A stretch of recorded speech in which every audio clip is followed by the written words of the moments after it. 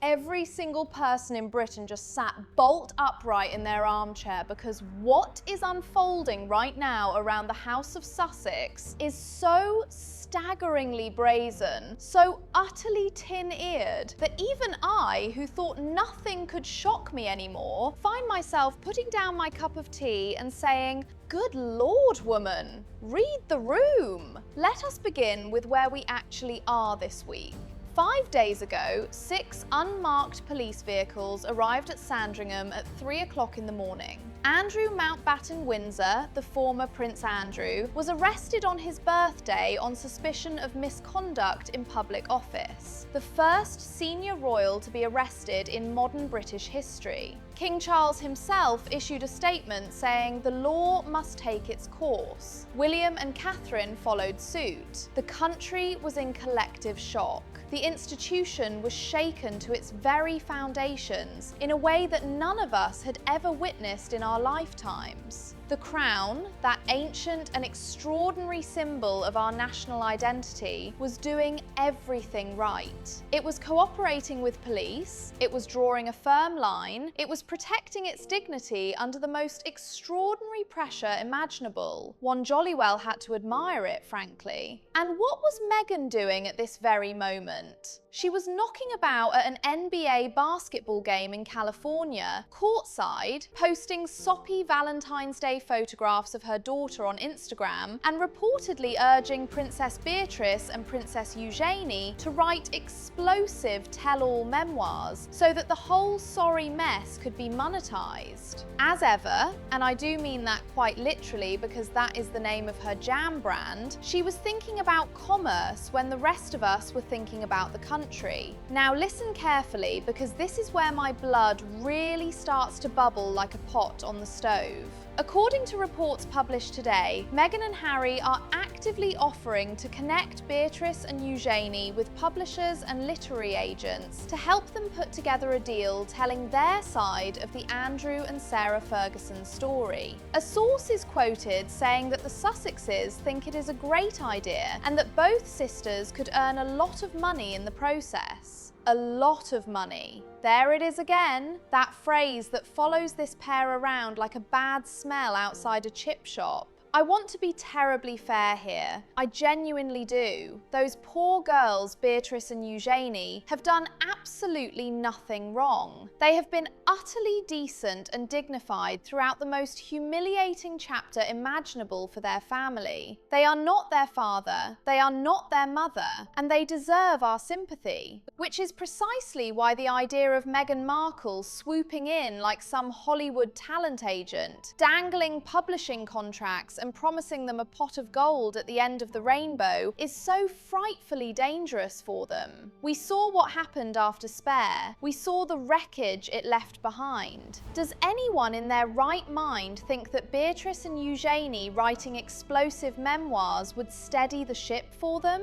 It would torpedo it entirely. And Meghan, of all people, surely knows this. Which makes one wonder what is really driving this so-called generosity. Because here is the thing that I think gets missed in all the noise. Meghan's lifestyle brand, as ever, has had a rather bumpy few weeks. A website glitch exposed what appeared to be enormous amounts of unsold stock sitting in warehouses. We are talking hundreds of thousands of jars of jam, tins of flour sprinkles, bottles of wine, candles, all of it just sitting there. The brand's own sources deny the products are struggling, but one does not give away 2 storage rooms worth of goods to Netflix employees for promotional purposes if the tills are ringing off the hook, does one? Harry is reportedly worried about the finances. He has apparently been urging caution about her ambitious plans to expand the brand into Britain. She wants to bring her jam to this country.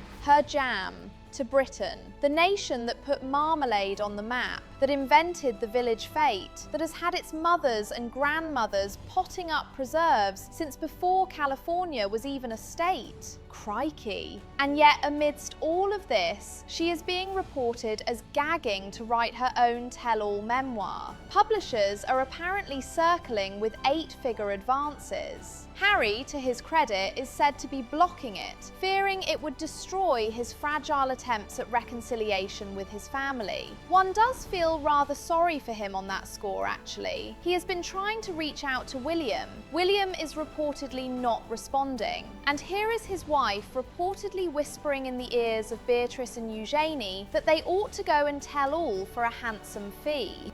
The left hand and the right hand are not exactly working together in that household. Now, I want to address something that I think goes to the very heart of why this all feels so incredibly embarrassing. To use a word that has been deployed by royal experts this week, and which I think is entirely the right one. There is a pattern here that is simply impossible to ignore. During a week when the monarchy showed extraordinary dignity under pressure, when King Charles set an example that genuinely moved this nation, when William and Catherine stood firm and focused on the victims rather than themselves, the woman who was once a part of this institution was busy doing the following: posting photographs of her small child on a Valentine's Day Instagram post with Harry obediently by her side, attending a racial equity fundraising gala in Los Angeles, sitting courtside at a celebrity basketball game, and apparently encouraging vulnerable members of the royal family to turn their private pain into a publishing deal. I do not say any of this to be unkind for its own sake.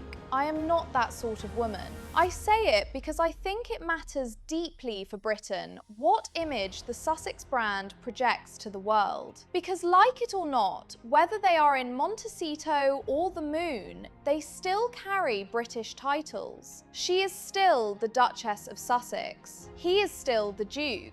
And when something this serious is happening to the institution they walked away from, when the country is watching the Crown conduct itself with grace and gravitas, the contrast could not be more stark or more telling. There are reports this week that Harry and Meghan are reportedly relieved to have distanced themselves from Beatrice and Eugenie after the cousins withdrew from their friendship. One source put it rather sharply, saying they realise now it is the best thing that could have happened. And yet, simultaneously, they are apparently offering those same women access to publishers. Blimey, you really cannot have it both ways, darlings. Either you are keeping your distance, or you are dangling book deals. It is one or the other. I have always believed that the Crown endures because it understands the difference between service and self-promotion. That distinction is woven into the very fabric of what makes the monarchy special and worth fighting for.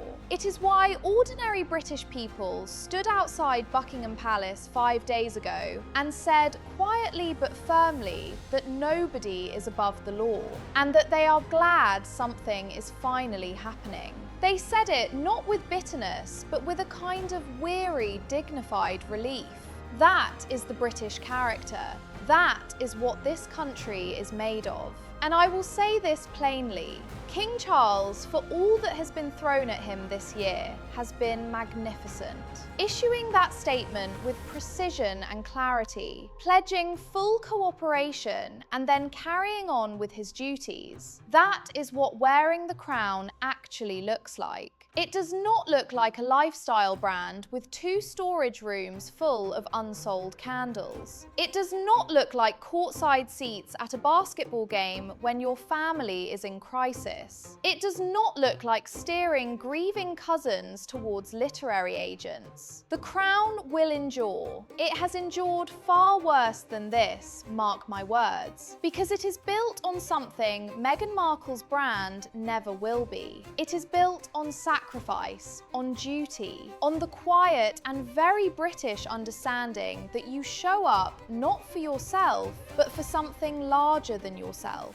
That is what this country loves. That is what it has always loved. As for as ever, well, one wishes her every success with the jam, genuinely. But one rather suspects that the British public, with their centuries of excellent preserves and their very finely tuned nose for authenticity, will make up their own minds about whether they want to buy it. The Crown endures. Britain endures. It always does.